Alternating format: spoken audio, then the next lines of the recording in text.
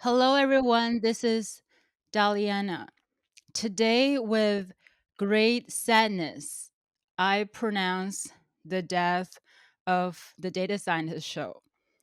Actually, I'm not as sad. I just want to have an excuse to be dramatic. And today, join me is my friend Tina Huang. Tina is a YouTuber with over 500,000 followers. She's also the founder of an AI bootcamp called Lonely Octopus. Today, we're just gonna have a casual chat to celebrate the life of the data scientist show. And It feels a little bit weird to use the word death. It almost feels ominous. Something bad is going to happen. Death is actually a neutral word. It could mean transformation. And later we're going to talk about what I'm going to do next. I remember I read a quote from Ram Dass. He said, "Death is absolutely free. It's like taking off a tight shoe." So that's kind of how I felt when I decided to end the data scientist show, because I haven't been a practicing data scientist. Actually, the things I'm learning as a solo founder, as a content creator, and give me more time, more freedom, and more experiences actually to go back, teach data scientists about how to build influence, those soft skills. So that's still something I'm passionate about. um, it just I feel less excited focusing solely on the data science related content. So, and that's the same reason I paused the podcast last year for about a year.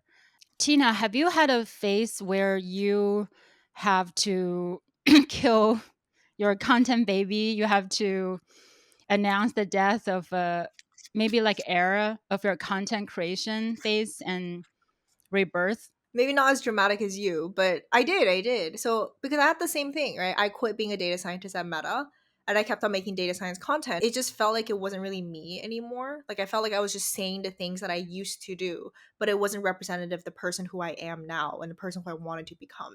So then I Yeah. also killed it off by talking about other topics and then just like figuring out what direction to move in. Yeah. So very much so like just trying to figure out who it is that you are going to become and how do you keep providing value to people um, after you've been doing it in a specific field for a certain amount of time. I also notice on the content side, I'm just more excited to talk about career growth in general. Probably still for tech people, because that's what I feel very close to. Those people who are engineers or scientists, researchers. Um, and maybe in the future, I will go into more of a personal growth related content. I'm actually in the process of coach training. So from tomorrow to next Tuesday, I'm going to this coaching program that help people feel more fulfilled in their career. So I'm very excited to kind of add those elements in my content. I don't know if I mentioned I'm creating a new course on personal branding. So that's another topic I'm interested in. I always have a lot of people reach out to me about how to build a personal brand as a technical expert, but I always just thought, oh, my brand is data science. I'm the host of a data scientist show. I shouldn't do anything that off brand. So I was limited basically by this brand I created for myself. I was limited by those labels that previously empowered me. I think that's why I use analogy, kind of like a tight shoe. How I felt last year is like I want to be more. I want to be more free, but at the same time I was struggling with the old identity. And I think if you are going into the content creation journey, I think content creation, you're gonna in a process of constant pivot, and it's basically a soul searching process. I remember in the beginning I was like, how can I create a podcast or maybe write a LinkedIn post that just go viral? And now I care less about virality, but more about how can I connect deeper with my audience and also turn back the attention to myself, focus more inward. Like, how can I create something that I enjoy more? After the death of this podcast, I will create more content, kind of like this, just catching up with friends, hanging out. Um, Maybe next time we can record episode when we're both laying in bed. I already have a name for it. I'm gonna call it pillow talk. And I told you that has connotations. I know. Um, okay, maybe not, but something like that. I want to be more fun and more bold in the type of content I create, and maybe more live content where people can join and comment. Or maybe before everyone is going to bed, I read some quotes I came across during the day and give people hypnosis sessions and stuff like that. When we were living together for that month, you like taught me stuff every single day. Like, Tina, it is time for me to teach you this new term. I learned a lot, and then I told my mom about it, and she was like, "Wow, this this Daliana is very good influence." A true influencer would influence her roommate as well. Yeah, yeah, every day, every night. Yeah, we have to explain why every night, because sometimes like talk when I sleep, more like scream. I basically speak gibberish, like nobody knows what I was talking about. I think, yeah, that's maybe that'll have some profound influence on Tina after 5 years. I'm pretty sure I got traumatized. Now I can't sleep. One day, I will broadcast, while I'm sleeping, and then like we all maybe we're some sort of device, and we all like communicate in our dreams. Wouldn't that be fun? We're just like intercept each other's dreams. Inception. Yeah. So yeah, I have a lot of like those ideas, but right now probably just gonna expand to whatever the topic I'm interested in. For example, recently I've been reading a book about seduction. Have you heard of a book called The Game, Tina? No, is it about female seduction or male seduction? No, male. So it's like the Bible of pickup artist. Oh, yeah, yeah, yeah, I know about this book. Yeah, it's written by Neil Strauss. So he's a really good writer. I read a book because I'm just curious, like how do those guys seduce women? And Mhm. set aside the moral stuff. Of course, there's something there I disagree, but it is very interesting, and I think I could see how you can apply some of those, not the technique, but some mentality when it comes to communication and influence at work in the professional world. Maybe I'll create a blog post about it. Three things I learned about seduction that you can use at work. Wait, have you read Robert Greene's book? Like, 41 Laws of, is it 42 Laws of Power? I forgot what it's called. And then his like other books as well. Like very Yeah. Machiavellian kind of Yeah, thing. I heard about those books.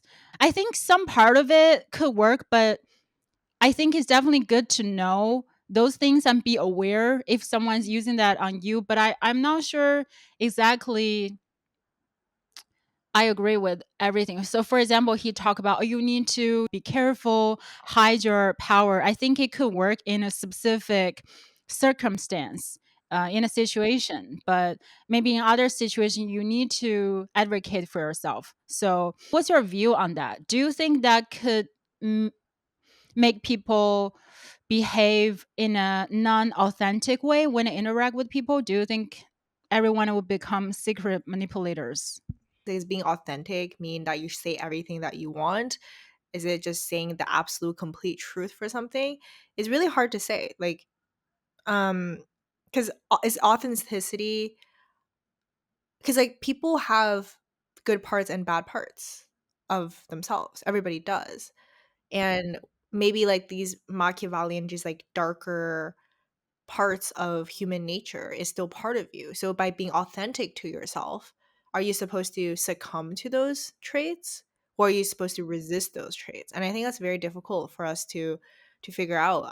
I think, yeah, it's like the only undeniable part is that each of us does have those traits. It's more like, what should we do with them? And I think, the Machiavellian approach is like, oh, we should just like indulge in some of these traits, or at least be aware of other people doing stuff to us. But on the other side, you could also say that maybe you should try to not do these things now that you're aware of them. So I'm not really sure where to classify that. I think it's definitely interesting to learn about influence, manipulation, how those games are played, especially in the professional world. I think being authentic doesn't mean to say things as it is, um, because you also need to think about from your audience perspective, what is the best way for them to receive your message, what is the easiest way for them to understand. So that's kind of a lot of things I talk about in the stakeholder management part of the kind of the career course. And I would say today's session, I'm completely ignoring what the audience wanted to hear. So this would be something purely selfish. And this is also an experiment I'm making. Maybe this is art. You're creating something for yourself. Previously, I also have a lot of fear that, oh, what if I create something and it's not quote unquote on brand, or people think it's like not quote unquote professional or something. And now I actually care less about it. Oh yeah, we're not done on the dramatic part yet. Please Speaking of continue. death, what's your view of death? Do you think it's scary? Before I answer that question, I'm gonna go get a bowl of rice to comfort myself, all right? Well, Tina is getting a bowl of rice. Also, I think if you're a content creator, you should look at your analytics and stuff. And I'm someone who is actually really bad at this. Some because I don't want those numbers change me. So, for example, if I have one episode talking about something I'm actually not that interested in, but has like tons of views, I don't want to change the trajectory of my content just to ride on the traffic. What is the highest, most popular bracket, Tina? 25 to 34. 25 to 34. Yeah, pretty close. 28 to 34. So I think because the I touch on some senior level career advice, so I'm not surprised. And male, 60%, female. So basically like 2 to 1 for a tech podcast, which is pretty good. Most listened countries, US 51%, second is Canada 5%, and then India 5%. I really want to go to India someday. I think a lot of my audience on LinkedIn podcasts are from India. I want to find a number of like total hours of streams or something. It's just something I want to brag about today, but I can't find it.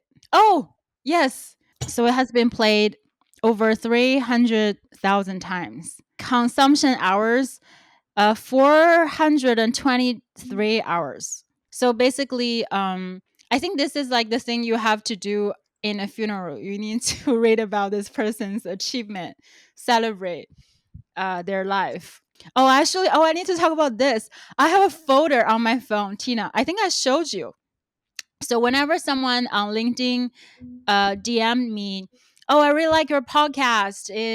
Even there's someone told me to listen to a podcast on A/B testing and help them get a job. I really love that part. So I always take screenshots of those messages. I think now I probably have 70 screenshots or something on my phone. I'm so glad I did that.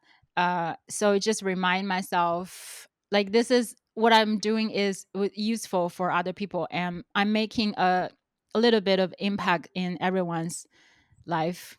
I know your hours of like watch is probably like way higher, I actually don't know what my numbers are either.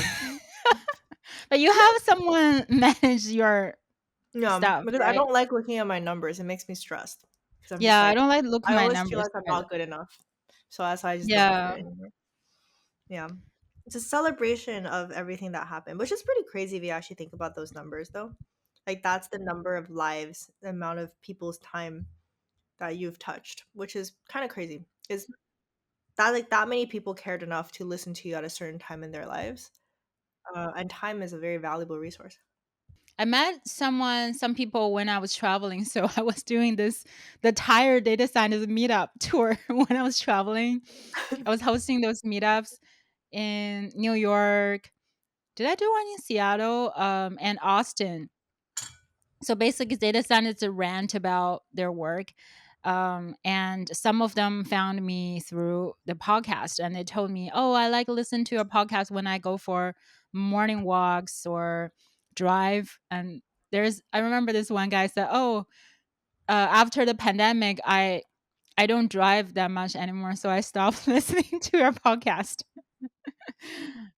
But sometimes, sometimes you really like a podcast. So for me, I love creating podcasts because I consume a lot of podcasts. So it is a format that I really love. For example, if I live by myself, I want to listen to something when I'm brushing my teeth. I put on something, right? I think even if someone who doesn't learn anything about data science or career or anything, which is impossible.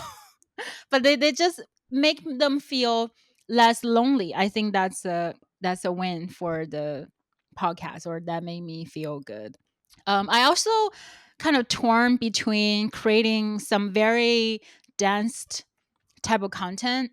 Those YouTube full of very useful, very technical stuff. Like every word is carefully scripted. There's no 1 second or minute that's wasted. Kind of like your YouTube, I guess.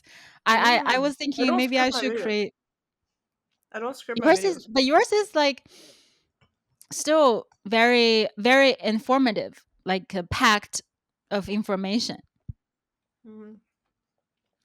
Like if you do a ratio, since we're both data scientists, like information per minute, yours is definitely higher than mine. I was like, oh, maybe I could create those videos because those are highly useful. But then I just realized when I think about those format, it just made me feel so stressed. So then I realized maybe that's not a good fit for my personality.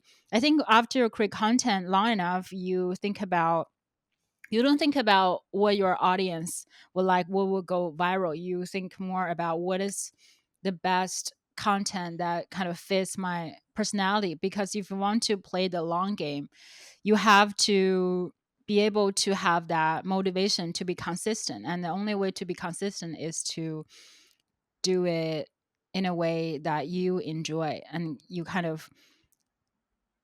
need a little bit stress, but not too much stress. No, I would agree with that statement. Or just have like no self worth and are validated purely by subscribers and numbers. That works too, but I don't know if that's like a Yeah. good route. At some point, you're probably gonna have a crisis. Yeah, Mm. exactly. Actually, going back to the book I was reading about seduction, so the guy was asking his coach, like, "What do you want?" So the basically his mentor, who's like a seduction expert, said, "Oh, I want to basically, I think he want to sleep with a lot of beautiful women. I want to have a lot of cars. I want to be famous. I want to have money. I want everybody to look up to me." And then the author asked him, "You didn't get a lot of love when you were a child, did you?" I was like, damn, that was good. I think the drive out of, the lack of love or lack of self self esteem can definitely power you to a certain level. But after that, you're just gonna feel empty. Even the guy who wrote this book, I think now he's in the phase trying to figure out like how to be a good dad, how to have a good relationship, which is kind of interesting. So, and I think actually that's probably a lot of big content creators and those very successful pickup artists have very similar motivation and maybe have similar, personalities. They need a lot of external validations.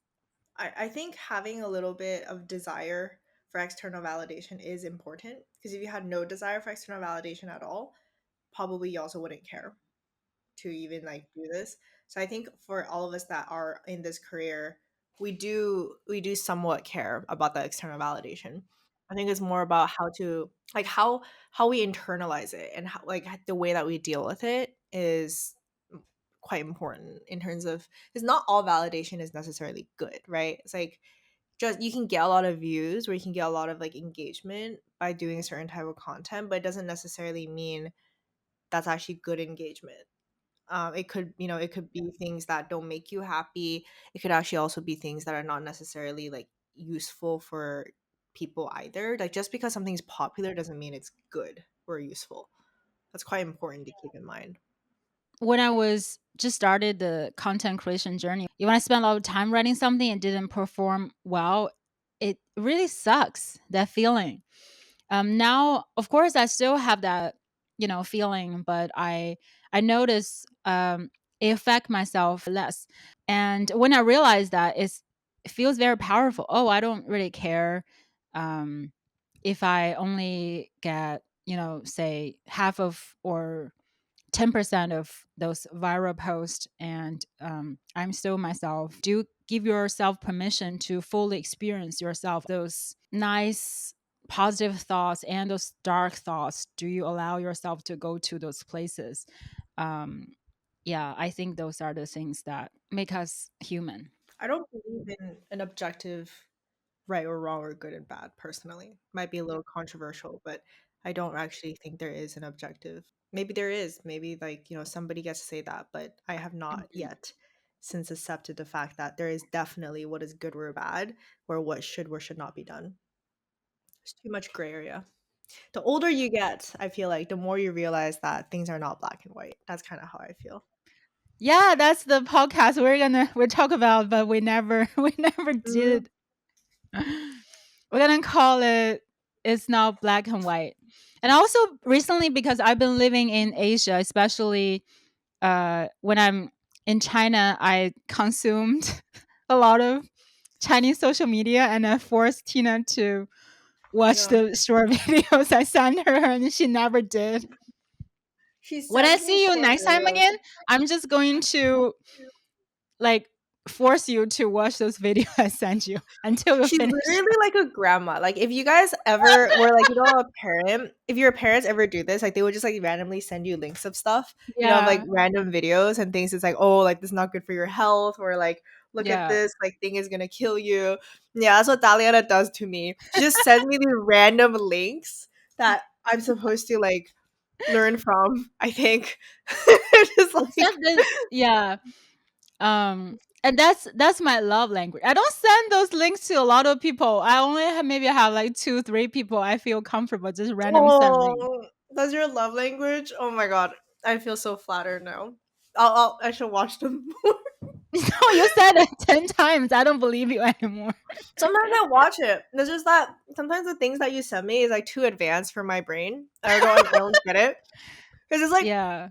she sends me stuff about like deep philosophical topics in Chinese, Hmm. and I'm just sitting there being like, man, like this like seems seems intelligent, but Daliana seems to have overestimated my intelligence level. No, you need to push your intelligence. So I Yeah. think I brought it up because what people talk about in Chinese social media is very different from Mhm. what we see on Instagram or YouTube. And when I lived in China, I was never really interested in like traditional Chinese philosophy. I just thought, oh my god, those things are so boring, because we're forced to recite those old poetry or whatever. And now, just like you said, when I'm older, I start to realize, wow, there's a lot of wisdom in it. And a lot of people also talk about things like, oh, there's no black and white, and you shouldn't just be very judgmental, which is also kind of different from those ideology from the West. uh, Especially when you think about the identity politics, the election, right? Like you gotta pick a side.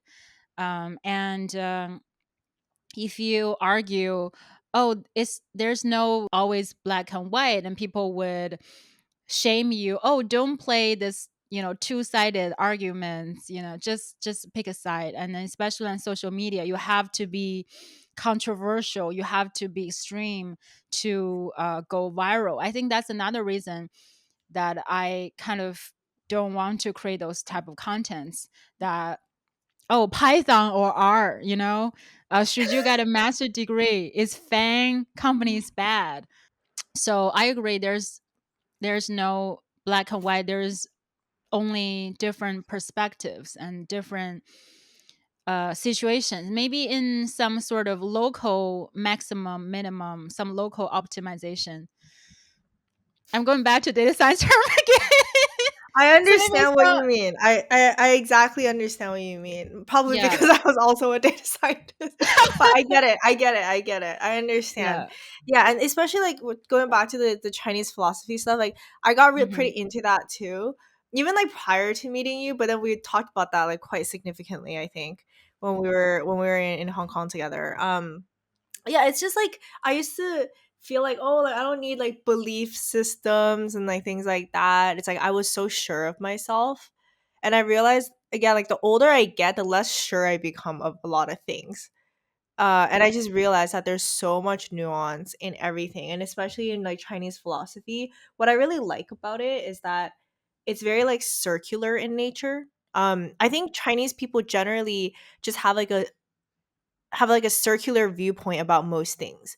So it's one of those common habits, for example, in like our speech patterns as well. We never explicitly say something is good or bad or yes or no. Western philosophy is like very logical. It's like this leads to this leads to this, blah blah blah, and then Yeah. like whatever happens after that. But Chinese stuff Hmm. is very much like everything is circular. It's all about balance. It's not about one thing being better than the other. It's about Yeah. how it is that everything interacts with each other, and it Hmm. really is actually like super interesting. It's a very different perspective, but I also genuinely do feel like incorporating some of that makes your life a lot better, because you realize that you cannot just pursue one specific thing in your life and decide to be happy, just from doing that. There's so much more to it. You have to learn to appreciate not understanding things, how like different factors interact with each other, and truly like how different variables balance with each other as well. Something that at Mm. least I did not realize is very important until a little bit later. Yeah, I guess we should all Yeah. should read Chinese philosophy. Yeah, and I also read a quote recently. I don't know if it's true. Basically, it says the way how old people write, whether it's like scriptures or whatever poetries, the language itself has energy because the ancient text is sometimes very hard to interpret. And people say it's okay if you don't understand 100% of the meaning, just read it out loud multiple times, and then it will already make you 30% smarter, or get the wisdom or something. Mm. There's also people who, when they feel they're not at ease, when they feel stressed, they will literally copy some type of those ancient texts. And then some people is like, oh, I feel more calm, or I don't know, maybe it's not about the text, it's just simply about writing down some action. It's a type of meditation, mindfulness. There are a lot of things um, related to Chinese philosophy. Maybe that's also some topics that I'll talk more about. We will also talk more about. Wants in life and such Yeah. things. Mm. Yeah. So in Chinese history, people praise those type of people who give up their uh, titles. So they quit their government jobs, go back to the rural area to become a farmer. So people kind of praise those type of people still today. But at the same time, if you look at the young people today, everybody's super stressed, and a lot of college grads couldn't find jobs, and then they become, say, Uber drivers, or um, what is equivalent, DoorDash kind of deliveries. It's really interesting to see, people longing for that peace, that balance, that wisdom in the ancient philosophy, and in reality everyone is so stressed, so anxious. I think especially now, like given the just it's just like I just feel like there's so much stress in the world, and I don't know if this is just like something that is actually people are becoming more stressed, or if it's something that I've just started noticing more. But or maybe it's because I started valuing peace that I started noticing the stress that is surrounding so much. Like I think I just everybody, even in like in Hong Kong where I'm at right now, just the young people these days, like people just feel like there's just so much stress in their work, in their lives, and just in so many different things. And objectively speaking, the standard of living is much higher now than they were in ancient days. So I Mhm. wonder, like, are people actually happier than ancient Yeah. days? I don't know. I'm sure there's some data to back this up, but I don't know. Yeah, I think it's very hard to measure happiness. I mean, we definitely have higher quality of living. We are less likely to die, because of some random disease. Um, but the contentness, because especially with social media, um, you can compare yourself to so many other people. Maybe you didn't have this desire, but now you see someone else posting something, you just have your desire is like a black hole, it will never be fulfilled. So yeah, I don't know, would you go back to say 1,000 years ago, Tina? No, I'll probably die from like a What if disease. you be a princess, or you'll be like a doctor or something? It's still not great. I mean, I'm probably gonna like lick the floor at some point, eat like a piece of dirt, and then die from a disease. Why?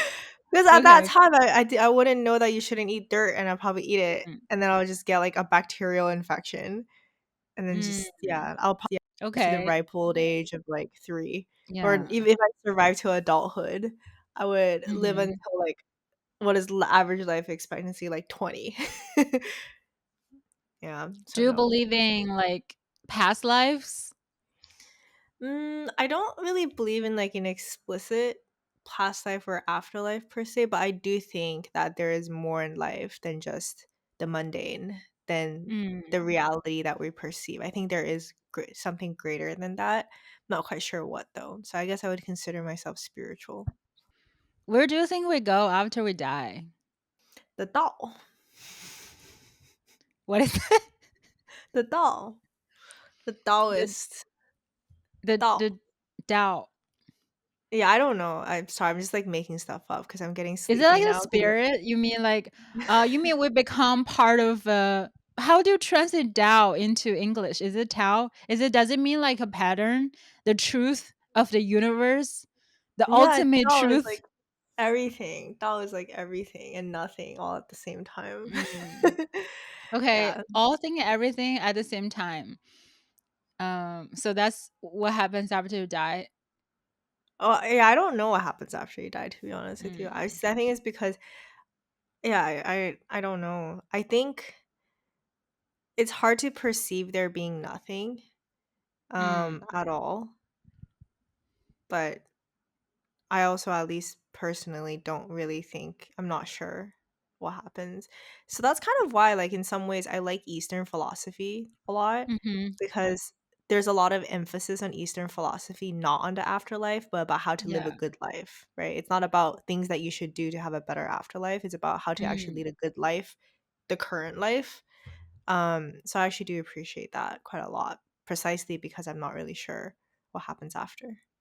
Have you thought about like leaving a legacy? What do you want people to remember of you Mm. after you die? Yeah, I'm not really sure about what I want people to remember me by because I'm not really sure I care that much about what happens. I'll Yeah. be like dead anyway, so it's fine. Um, but I do think I care a lot about leading a good life. Like I care a lot about leading a life that fulfills whatever potential it is that I could have done, and in hopefully like touching people like in the world and just like touching Mhm. people's lives in a good way. That does matter a lot to me. I think that's what I would like to lead people towards, is something that helps them be able to be a little bit happier, feel a little bit more hope, have a little bit more connection, and just generally try to be a little bit better. That's all. Hmm. A Yeah. pool of lonely octopus. Yes, like lonely octopi running around, becoming I don't less even know. lonely. Yeah, yeah, You don't even know why I named it that? yeah. Yeah, I don't know either. But it's No, cute. no. It's memorable. Yeah. I mean, no, the Um, reasoning is because it's like octopi are really smart creatures, but they're also mhm, solitary creatures. So they're pretty mm, lonely, right? yeah, Um, but they do have many arms, so they are capable of making many friends. That's yeah. They why just the whole grab goal. random other animals as Exactly, friends. exactly. And then you become and then you become like not lonely anymore. That's literally Yeah. it. Mm. Yeah, I think I agree with that. I remember I was on Harpreet's podcast called Artist of Data Scientist, and he asked Mhm. me what's my legacy. I remember I just said, "Oh, I don't care about my legacy. I think after I die, people can just forget about me." Mm. Yeah, and then I still hold the same belief.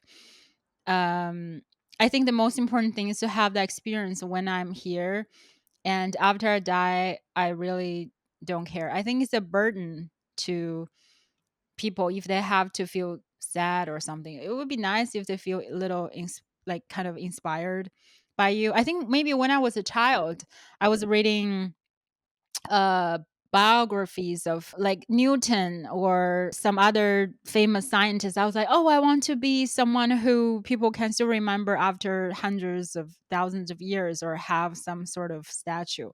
But later I don't really hold that same kind of obsession anymore. It's more like as a child, you kind of want to compare yourself to maybe in a way there is some influencer and I was comparing myself to them as a child. Have you thought about your funeral? What if you have a funeral, what would you like that to be if you could plan and direct that?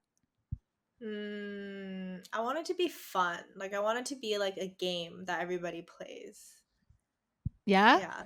Yeah, I want it to What be kind like of a game? fun game. Something like morbidly funny. Something that's like slightly inappropriately funny, like find Tina's ashes. No, just kidding. That would be fun. Yeah. Have my skeletal bones scattered all over the venue. Everybody has to find Tina. Like the actual like Halloween Yeah. with Tina. I don't know about that. But yeah, it's like I just want something like fun, a Yeah. celebration of life, I guess. I hope I Mhm. get yeah, like I hope I get to have like I hope I get to watch it. That would be nice. Like people running Yeah. around, like just I don't know, like something like a scavenger hunt or like a maze or just some sort of game is what I would like to envision. Yeah. That sounds fun. I remember I was reading this book called Some Short Stories of Afterlife. One of the story is basically in the future when we have the technology to cure all the diseases, people don't die anymore. Mhm. Um or maybe the book is written before that Silicon Valley tech guy Brian Johnson did a "Don't Die" thing. So maybe that would be true. So basically, the story goes: people become so bored because they don't die, so they throw surprise parties for each other, for their friends. To kill each other. So it's like, oh, I want to be killed on this day, and then he will ask the friend to throw some surprise party, and then like die. There would be another problem, like because people kind of automate their email response. So sometimes you need to figure out some automated email response from someone you know. Is this person still alive? That's so Yeah, it's a pretty creepy. interesting story. What's it Um, called? I want to check it out now. yeah, some. I will send it to you Okay. later. Okay, please do. Yeah. So this is one of my favorite books. So this is I saw this book from Derek Silver's book list. So Mm. I don't know if the audience know Derek Sivers. So I'm very excited. I'm going to have him on the rebirth of this podcast. I don't have a name yet. I think I could call it the Daliana Show or Daliana Hangout or whatever. It's a very good read before you go to bed. Mm, I actually and want it because maybe I'll read it on Kindle before I go yeah. to bed. Some, right? I'm literally gonna buy it. Hmm. Some. Um, yeah, I think similar for to you. I also want to have a fun funeral, and everyone, they cannot wear black and white. They have to wear like colorful clothes, and my photo have to be like colorful, and it will be some sort of a party, and people, I think I want people to give speech about me, tell some like fun stories or some pet peeves that I have that really annoys them, so they Oh, I can have so really. many. No, you already told me. I already know. No, I'm You don't kidding. have to save till my funeral. Oh, You have okay, to okay. find. I can't just You say have it to in your create. face. Yeah, you have to.